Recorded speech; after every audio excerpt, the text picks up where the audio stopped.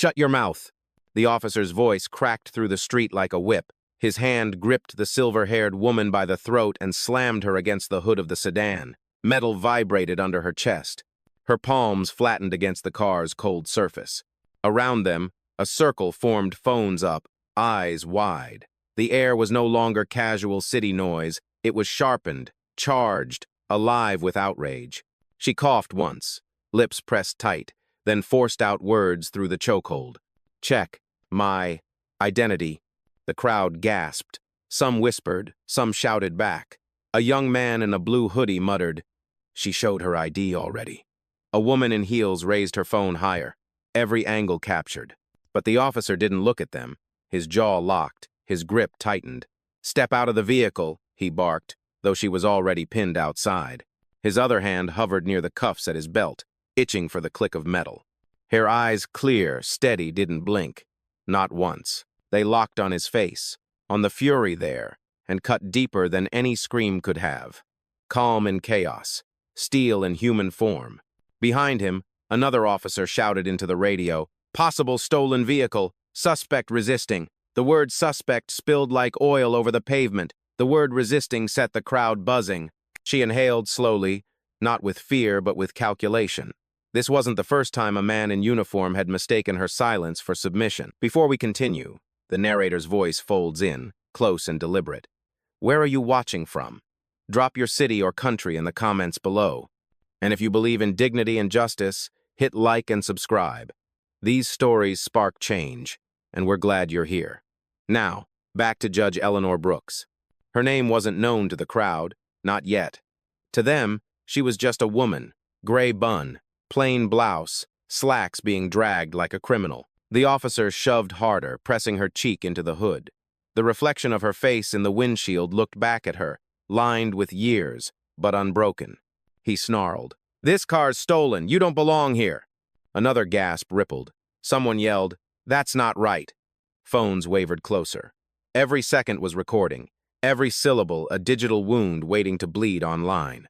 Judge Eleanor's voice, low but clear, pushed through the tension. "Run the check," she said. "Do your job." The officer laughed bitterly, a sound too loud for truth. "Lady, I am doing my job, and my job is to take you in." No panic showed on her face, no pleading. Only stillness, the kind that made the crowd lean forward, sensing that something was about to rupture. And in that silence, with the weight of his hand still at her throat, she whispered once more, sharper this time, a blade cutting the air. "Check my identity."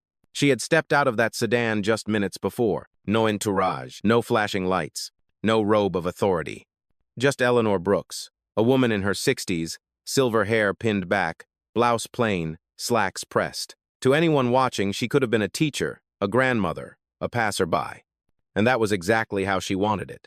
Because Eleanor was more than a woman in plain clothes. She was a sitting federal judge, one of the most respected voices on the bench, with rulings cited in national cases. But here, on this street, none of that mattered. Not to the man with a badge gripping her throat. The sedan she drove wasn't borrowed. It wasn't stolen.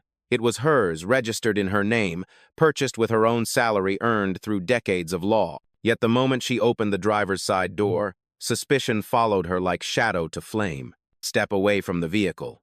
The officer had barked earlier, long before the chokehold. She had complied. Calm. Then came the questions, sharp and rapid. "Whose car is this? Where did you get it? Why are you in this neighborhood?" Each word wasn't inquiry. It was accusation.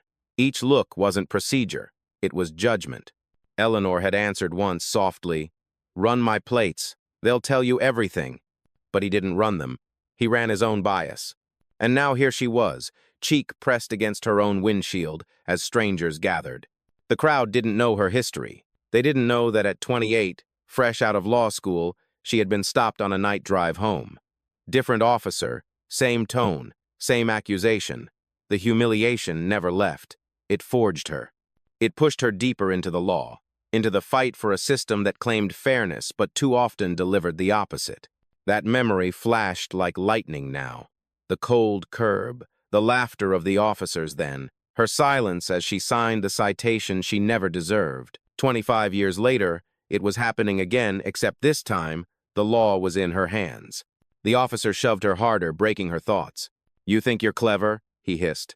This car's not yours, I know the type. Phones caught every syllable. The type. A woman in the crowd shook her head, voice trembling. She told you to check her ID. But the officer ignored her, as if the law began and ended with his suspicion. Eleanor closed her eyes for 1 second, steadying her breath. When they opened again, the fire inside them glowed brighter. She whispered low, almost to herself, but loud enough to carry. You don't even know who you're holding. The words lingered. The crowd didn't yet understand. But soon they would. The officer's grip shifted, rougher now, knuckles white around her shoulder. His voice rose, loud enough for every phone in the crowd to catch. This car is stolen property, he barked. You're under suspicion for auto theft and resisting arrest. Ugh, gasps rippled across the circle. Auto theft? Someone muttered. She literally told him to check her ID. But the officer didn't care. He wanted volume, not truth. He shoved her again against the hood, the metal groaning under the impact. The sedan she had driven for years was now a stage for his accusation. Tell me, he sneered, leaning close to her ear, how'd you get your hands on a car like this? Who'd you take it from? Eleanor's jaw tightened, her cheek pressed to the cold steel. But her voice, steady, unshaken, answered simply, Run the plates. The officer laughed, harsh, ugly. That's what you all say. Always the same story, always pretending it belongs to you. A murmur swelled in the crowd. A young man with a backpack shouted, She gave you her license. You're not even looking at it. A mother holding her daughter pulled out her phone, pressing record with trembling hands. Another officer approached from the cruiser, brow furrowed. Everything all right here?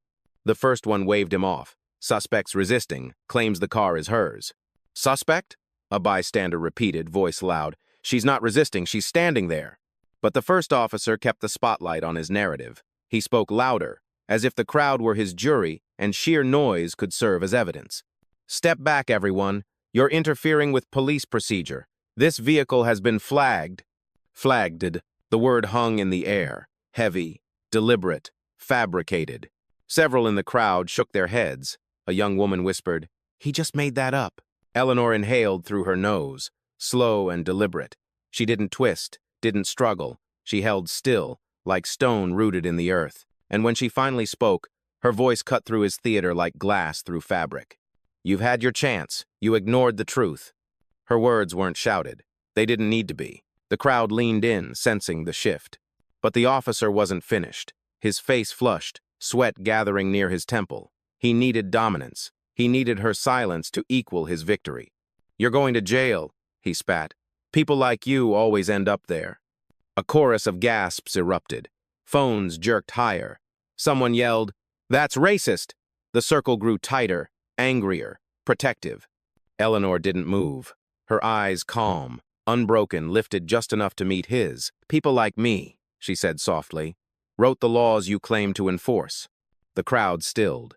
The officer blinked, caught off guard for the briefest second. His grip faltered, and in that flicker of doubt, the balance in the street began to shift. The officer's chest heaved with every breath. His words had been loud, venomous, designed to drown out doubt, but Eleanor didn't return the noise. She stayed silent, her body pressed to the hood, her hands open and visible, her eyes fixed forward, steady, unyielding. The silence wasn't weakness. It was strategy. It was a mirror. And in that mirror, the officer's rage only looked louder, emptier. Why aren't you speaking? He growled, yanking her arm higher. You guilty or just stupid? Nothing. Just the sound of her breath, slow, measured, deliberate. The crowd picked up what her silence meant. They started filling the void. She's calm. You're the one yelling, a man shouted. She hasn't fought back once, another added. Phones tilted closer, capturing his aggression against her stillness. The officer jerked his head toward them. Back off before I charge all of you with obstruction. But his voice cracked. The authority he clung to was slipping, leaking through every decibel. Eleanor finally let a single phrase fall, low but sharp. Your words will betray you. The officer laughed harshly, pretending the jab didn't sting. You think silence makes you smart? You think standing there quiet is gonna save you? He shoved again, but lighter this time, like the strength behind it had faltered. Eleanor didn't blink, didn't flinch. Her mind drifted back 20 years, 30 years to other nights when quiet had been her only defense. The professor who said she wasn't the type for law school. The senior attorney who questioned her credentials in front of a courtroom packed with jurors. The airport clerk who asked if she was traveling on someone else's ticket. Every insult, every doubt, every hand trying to push her aside, it lived here. Pressed against this car, channeled into stillness that looked like surrender but was sharper than any scream. A teenager near the front whispered to his friend, "She's not scared." The friend whispered back, "Yeah, she's waiting." The officer pulled her upright suddenly, gripping her wrists. He expected her to stumble, to lose balance. She didn't. She stood straight, taller than he realized. Even with his hands locking hers, her spine was a pillar. Her silence spread like current through the crowd. They stopped muttering. They stopped shouting. They watched. Phones hovered like lanterns in the dark. Eleanor's lips parted once more, voice low and even. "I don't need to fight you, you're fighting yourself." The words landed heavier than any push. The officer's jaw clenched. His eyes flicked to the cameras, suddenly aware of how he looked. The calm was no longer passive. It was power, and the street could feel it. The crowd wasn't quiet anymore. It was humming, buzzing, alive with tension that no badge could smother. A teenager in a red hoodie raised his phone high above his head, angling it like a torch. "I got the whole thing," he shouted. "Every word he said." The officer turned, eyes burning. "Put that down, now." But the kid didn't flinch. "Nah, the world needs to see this." Another voice joined an older woman with silver braids standing near the crosswalk. Her voice cracked, but it carried, "She told you to check her ID. You didn't. That's on you." A ripple of agreement moved through the circle. Dozens of phones now gleamed, red lights blinking, recording. The officer stiffened. "All of you are interfering with police business." His hand went to his radio again. "We need backup. Crowd is hostile." Hostile? A man barked from the front row. He wore a business suit, briefcase still dangling from his wrist. "We're witnesses. There's a difference." The crowd murmured louder, hostile, witnesses. Which was the truth? Every bystander felt the weight of that word. They knew it would end up in his report. They knew how narratives got twisted. Eleanor lifted her head slightly, her cheek marked red from the hood's steel. Her eyes scanned the circle, met the teenager's lens, met the older woman's stare, the businessman's clenched jaw. She nodded once, silent, but it was enough. Her calm gave them courage. "Officer," the businessman said, louder this time, "you've been told 3 times. She offered her license. She asked you to run her plates. Why haven't you?" The officer snapped back, "Because thieves lie." That word landed like an insult thrown into a courtroom. Gasps spread again. Someone whispered, "He didn't just say that." "Yes, he did," the woman with braids shouted, voice shaking with fury. "He just called a woman a thief without proof." The teenager added, "And I got it on camera." He tapped his phone. Time. Stamped. The officer's face flushed deeper. He barked, "Give me that phone," and lunged a step forward. The crowd shifted instantly, bodies leaning in front of the boy, shields without armor. A young mother raised her stroller slightly as if drawing a line. "You're not touching him," she said firmly. The officer froze for a beat, realizing the street had turned against him. Not violent, not physical, but a wall of eyes, of voices, of lenses. Eleanor straightened as much as his grip allowed. Her voice, calm and level, cut through the uproar. "Words matter. Cameras remember. Choose carefully." It wasn't just a warning. It was prophecy. The teenager's phone caught her words clean. The crowd's murmur hushed, then grew into a wave of agreement. People weren't just recording now, they were speaking. "Let her go. She hasn't resisted once." "This is abuse." The officer's radio crackled in his hand, but for the first time, he didn't respond. His authority was shrinking, frame by frame, as strangers found their courage in her silence. A second cruiser screeched up to the curb, lights flashing red and blue against the brick storefronts. The crowd parted just enough for another officer to stride forward. Stocky, mid-42nd, his uniform tight across his chest. "What's the situation?" he barked. The first officer released one wrist long enough to gesture. "Suspect claims this car is hers. Refuse to comply. Crowd's getting aggressive." Aggressive. There it was again, language sharpened to frame the scene in his favor. The newcomer frowned at Eleanor. His gaze slid over her clothes, her calm stance, then landed back on the sedan. "A car like this?" he muttered. "Yeah, right, lady, this isn't your neighborhood." Gasps erupted. The businessman at the front shouted, "She told him to run the plates." The older woman with braids raised her phone higher. "Say it again," she demanded. "Say what you just said." But the new officer ignored her. He stepped closer, eyes narrowed. "I've seen this before. Fancy car, simple story, forged ID, same scam, different face."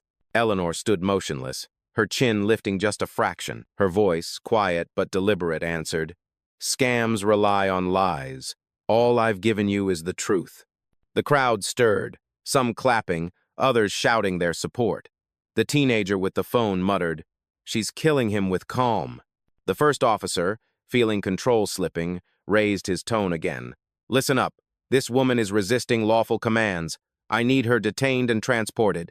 "Detained?" a voice echoed. The young mother with the stroller glared. "She hasn't moved except when you pushed her." Phones pivoted, capturing both officers now. Every insult, every dismissal, every unverified claim. The second officer waved at the crowd like swatting flies. "These people aren't witnesses. They're agitators." That word agitators ignited murmurs of outrage. "Agitators?" someone shouted. "We're recording the truth." "You're scared of the cameras," another yelled. The businessman snapped. "No, officer. We're citizens. We pay your salary. And we're not blind." The first officer pulled Eleanor's arm tighter, forcing her to stagger half a step. "Enough talking.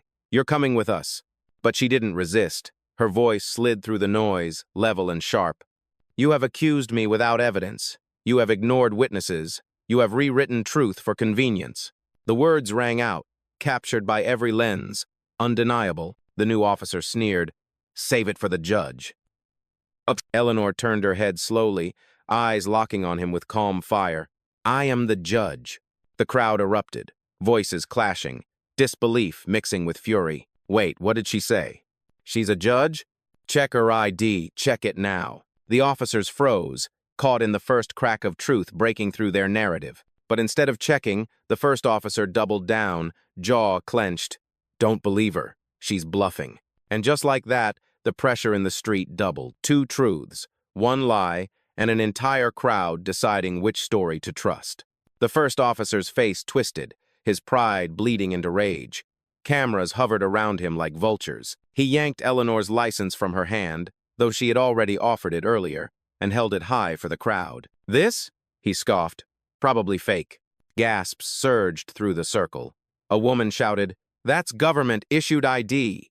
But he wasn't listening. With a sharp motion, he bent the plastic in half, the snap echoing like a gunshot. He tossed the broken card onto the pavement at her feet. The crowd roared, "You can't do that. That's destruction of property." "She's telling the truth." Eleanor didn't flinch. Her eyes followed the shattered ID as it slid across the asphalt. When she looked up again, her face was unreadable calm, but carrying a weight heavier than fury. The second officer stepped forward, emboldened. "Ma'am, step away from the car now, or you will be placed under full arrest." "Arrest?" the businessman barked, veins rising in his neck. "For what charge?" The officer smirked. "Fraud. Impersonation. Maybe obstruction." "Obstruction?" the teenager repeated, voice breaking. "She hasn't done anything but stand there." The mother with the stroller shouted, "We're all watching! You can't erase this!" But the first officer wasn't backing down. His voice rose over the shouts. "This woman is a criminal, and criminals don't get to argue law on the street." Eleanor's breath was steady. Her silence wasn't surrender, it was calculation. She let the words hang, let them tighten like a noose around the officers themselves. Then, finally, she spoke. "Every lie you say, every action you take, it's all recorded, and it will cost you more than you know." The crowd erupted in cheers. Phones zoomed in, capturing her stillness against their chaos. But the officer wasn't finished humiliating her. He bent, grabbed the broken license from the ground, and shoved it into his pocket. "Evidence," he sneered. "You won't be needing this anymore." That was it. The street exploded. "Thief!" someone shouted at him. "You're the one stealing," another yelled. "Give it back. That's her ID." The businessman raised his briefcase high like a shield. "You're not taking her anywhere. Not today." The officers exchanged nervous glances. The crowd was no longer passive. It was a wall armed not with weapons, but with truth, with phones, with witnesses. Eleanor straightened her shoulders, no longer pressed to the hood. Her voice, low but unshakable, cut through the uproar. "You've crossed the line." The teenager muttered into his phone's mic, "This is going viral. Right now." And just as the chants grew louder, sirens wailed faintly in the distance backup, answering the call. The crowd stiffened, torn between fear and defiance. Eleanor didn't move. She didn't plead. She looked directly at the officer clutching her broken ID and said, "The law you abuse will be the law that ends you." The words landed like thunder, and for the first time the officer's hand trembled. The crowd's shouts swirled like a storm, but Eleanor's voice cut through it with precision. Calm, unhurried, certain. "Connect me to my clerk," she said, lifting her phone from the side pocket of her slacks. Her fingers didn't tremble. Her tone wasn't rushed. It was the cadence of someone giving orders in a courtroom. The officer scoffed. "Oh, now you're calling your friends?" He leaned closer, sneering. "Go ahead, they won't save you." But the phone had already clicked alive. A crisp voice answered instantly, "Judge Brooks? Protocol 7? The crowd went still. The words hung in the air, foreign yet heavy, like the start of something official. "Yes," Eleanor replied, eyes still locked on the officer's reddening face. "Document everything. Log the time. Dispatch to the Chief Justice's office. Effective immediately." The woman on the line responded without hesitation. "Understood. Documentation initiated. Backup confirmation in progress." The officer blinked. "Who the hell are you talking to?" Eleanor lowered the phone just enough for her words to pierce. "Someone who outranks you." Gasps rippled through the bystanders. The businessman muttered, "Oh my God, she's serious." The teenager whispered to his stream, "She said protocol. This is bigger than we thought." The second officer stepped in, trying to regain control. "Ma'am, hang up that phone now or I'll confiscate it as evidence." Eleanor's gaze shifted to him slowly, like a judge turning to address counsel. "Touch this phone, and you'll answer to federal oversight, on record." The crowd erupted. "Federal oversight? Wait, she's connected to the courts? What's happening?" The officers exchanged uneasy glances. Their authority, once inflated by volume, was thinning fast. Eleanor spoke again into the phone, voice steady. "Proceed to notify Oversight Committee. Inform them of officer misconduct. Badge numbers to be confirmed." The assistant's voice echoed back loud enough for the nearest phones to capture. "Yes, Judge Brooks. It's already logged. Board review initiated. Judge." The word traveled through the crowd like fire through dry grass. "She's a judge!" someone yelled. "Wait, she's not lying?" She told them. She told them from the start. The officer holding her faltered. His grip loosened. His eyes darted to the cameras, to the murmuring witnesses, to the phone still live in her hand. "You think name-dropping changes anything?" he snapped, but his tone cracked. "Out here, you're just another suspect." Eleanor's reply came razor-sharp. "Out here, I'm the law you swore to uphold." The crowd exploded in cheers and shouts. Phones shot higher. Every second, more voices were siding with her. Louder, stronger, undeniable. The sirens that had been distant now grew closer, echoing off the buildings. Reinforcements were coming, but the balance of power had already shifted. Eleanor ended the call with one final command. "Forward all documentation to judicial oversight in the Attorney General's office. Mark it urgent." "Yes, Judge Brooks. Executing now." She slid the phone back into her pocket. Calm, unbroken, ready. The crowd stared at her with wide eyes, their disbelief transforming into awe. The officers stared too, but theirs was fear. The sirens drew nearer, echoing through the narrow street like a warning drum. But Eleanor didn't wait for the backup to arrive. She turned slowly, still within the officer's grip, and faced the circle of glowing phone screen. Her voice was low, but every syllable cut through the air with courtroom precision. "My name," she said, "is Eleanor Brooks, federal judge, United States District Court." The crowd erupted. Gasps, shouts, disbelief colliding with vindication. "She's a judge?" She said federal. "Oh my God, this is huge." The businessman dropped his briefcase at his feet, both hands free now as he pointed toward the officer. "You just assaulted a sitting judge." The teenager's phone shook in his hand as he whispered to his live stream, "This isn't just a video anymore. This is history." The officer holding her froze, his mouth half open. He stammered. "That's not possible. Judges don't walk around like this." Eleanor's gaze sliced through him. "Judges walk like everyone else. The law doesn't come with a spotlight. The second officer stepped closer, trying to cover the unraveling. She's bluffing. Don't believe her. Probably memorized some names. But the crowd wasn't buying it anymore. The older woman with braids shouted, "Then check her ID! Oh wait, you broke it!" She held her phone high. "And I caught that on camera!" Cheers rippled through the crowd. Several others shouted the same. "Run her name! Search the database! Prove it!" The officer's hand trembled against Eleanor's arm. Sweat dripped at his temple. His voice, once booming, now cracked under the weight of dozens of witnesses. "Even if you are who you say, you're under investigation now." "Investigation?" Eleanor repeated, steady. She shook off his grip and stepped forward, her presence commanding the space. "You're not investigating. You're incriminating yourselves." The businessman clapped once, sharply. "Yes, that's exactly what's happening." The crowd rallied, voices overlapping in agreement. "She warned you. You ignored her ID. You broke the law." Eleanor raised her hand gently, and the noise dimmed. Her eyes swept across the faces, then landed back on the officers.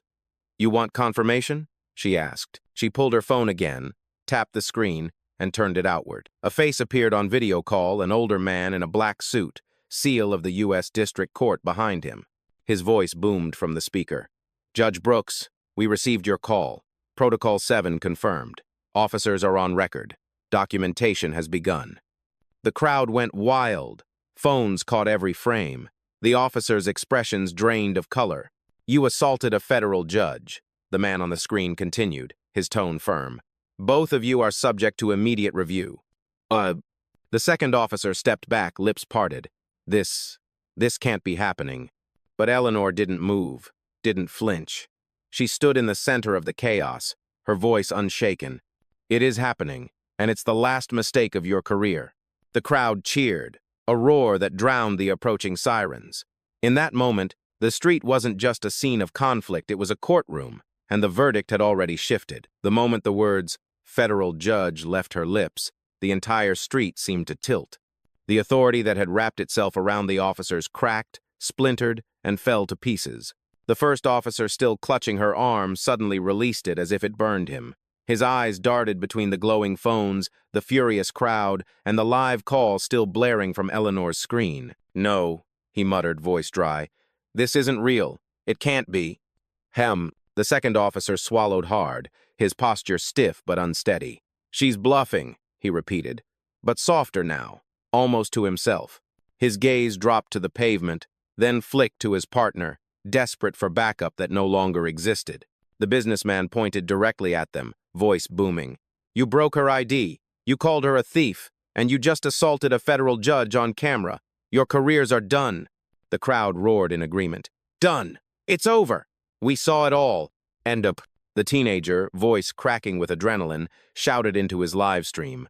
"Guys, you're watching history. These cops are finished done, live, in front of everyone." Thousands of hearts flooded across his screen. The older woman with braids stepped forward, her phone steady in both hands. "You should be ashamed," she said, her voice trembling with controlled fury. "You swore an oath, and you disgraced it in broad daylight." The officers' faces paled. Sweat gleamed under the flashing blue and red lights. The first officer muttered, We didn't know. How were we supposed to?" Eleanor cut him off, her tone like a gavel striking wood. "You were supposed to follow the law. You chose bias instead." The crowd exploded again, a tidal wave of voices echoing her words. The mother with the stroller stepped up beside Eleanor now, her own fear dissolving into courage. "You don't touch her again," she warned, her voice steady. "Not in front of us. Not in front of the law." The line had been drawn, and it wasn't painted by badges anymore. It was written in voices, in witnesses, in lenses capturing every second. The second officer looked around, his chest rising and falling too quickly. "We need to de-escalate," he stammered, the bravado leaking out of him. But the crowd laughed bitterly. "Now you want to de-escalate?" someone shouted. "After everything you said?" The businessman crossed his arms, standing taller. "You don't get to rewrite this scene. We own the record now."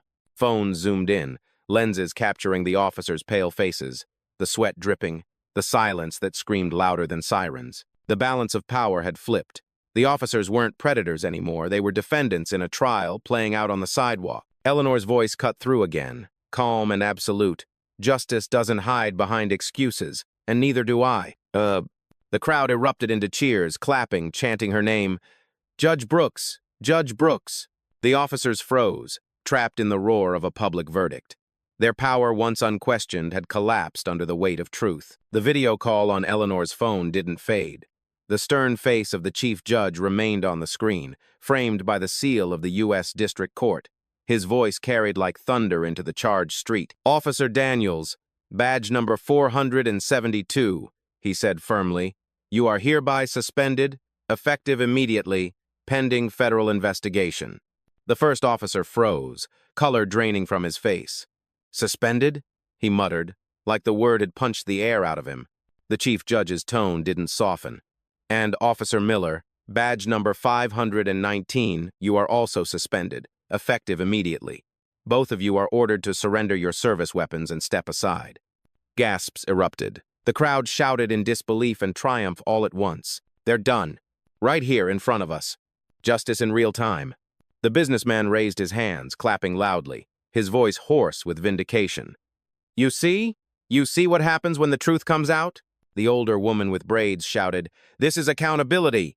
Her phone caught every second, the crowd behind her roaring with agreement. The officers stood paralyzed, their hands twitching near their belts. For a moment, silence spread, sharp and dangerous. Would they comply? Would they resist? Eleanor's eyes locked on them, unflinching. Her words cut the tension clean. "Hand them over, now." Her voice wasn't raised, but it carried more power than any siren. The crowd hushed just to hear it. Daniel's hand trembled as he unclipped his holster. Slowly, reluctantly, he removed the weapon and placed it on the hood of Eleanor's sedan, the very car he had called stolen minutes earlier. The symbolism wasn't lost on anyone. The crowd erupted in cheers. Miller followed, his motions stiff, ashamed. He set his gun beside the first, his jaw clenched, his eyes fixed on the ground. Eleanor didn't gloat. She didn't smile. She simply nodded once, her presence filling the silence that followed. "The law has spoken," she said softly. The chief judge's voice echoed again from the phone. "Both officers will face federal review. Effective immediately, you are relieved of duty." Phones caught the moment their badges removed, their careers collapsing in real time. The teenager screamed into his live stream, "Oh my God! She just stripped their power! This is insane!" Thousands of viewers poured into the feed, comments exploding across the screen. The mother with the stroller wiped at her eyes. "I've waited years to see something like this," she whispered, her voice shaking. The businessman added, "This is more than justice. This is history." The officers stood hollow now, stripped of the power they had wielded like a weapon. Their uniforms still clung to them, but the authority inside was gone. And Eleanor Judge Brooks stood taller, her voice carrying the final blow. "Your careers ended the moment you mistook bias for law." The crowd roared, the sound swelling like a verdict echoing through a packed courtroom. The roar of the crowd didn't fade. It rolled through the street like a wave, cresting and breaking against the flashing red and blue lights. Phones stayed high, catching every frame. Two officers stripped of power, their guns surrendered, their heads bowed. And in the middle of it all, Judge Eleanor Brooks stood calm, her spine straight, her gaze steady. She didn't need to shout. She didn't need to gloat. She simply breathed, let the noise settle, and then lifted her chin. "Justice," she said, her voice even, "doesn't shout. It doesn't bend to fear. And it doesn't vanish because someone tries to bury it." The words cut through the chaos, silencing the street for one long, heavy beat. Then she stepped forward, closer to the crowd, so the cameras caught every detail of her face. "I didn't need to raise my voice," she continued. "I only needed the truth, and the truth was enough." Applause thundered, chants swelled. "Judge Brooks! Judge Brooks!" The name became a chorus, bouncing off the walls, echoing beyond the street. The businessman shook his head, tears pricking his eyes. "That's what real power looks like," he muttered. The teenager whispered into his phone, voice trembling with awe. She didn't even yell once. She just ended them. His live stream comments exploded. Respect. Power. Icon. Eleanor turned once more to the two suspended officers, their weapons still lying cold on the hood of her car. "You thought this vehicle didn't belong to me," she said, her voice sharp as glass. "But the truth is, nothing here ever belonged to you. Not the badge, not the law, and not the story you tried to write. The older woman with braids clapped her hands together, her phone still rolling. "Say it again, Judge," she cried.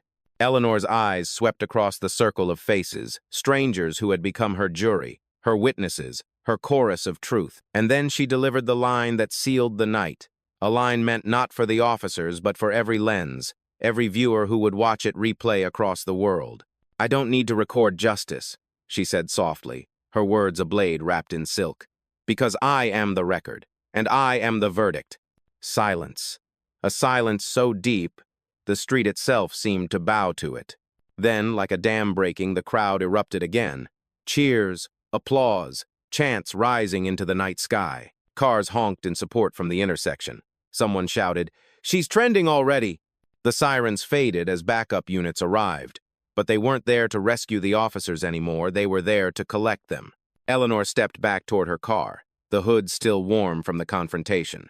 She brushed her blouse smooth, lifted her phone, and ended the call with the chief judge. Then she looked once more at the crowd. "Go home tonight," she told them, voice steady, "knowing the law belongs to all of us.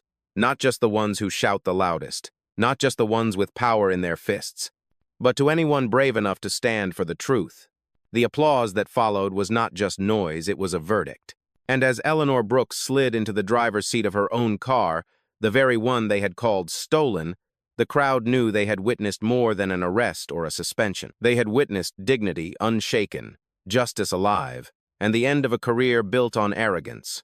And for the thousands already watching online, one truth would linger long after the video ended. Power doesn't always scream. Sometimes it whispers. And that whisper is enough to change everything.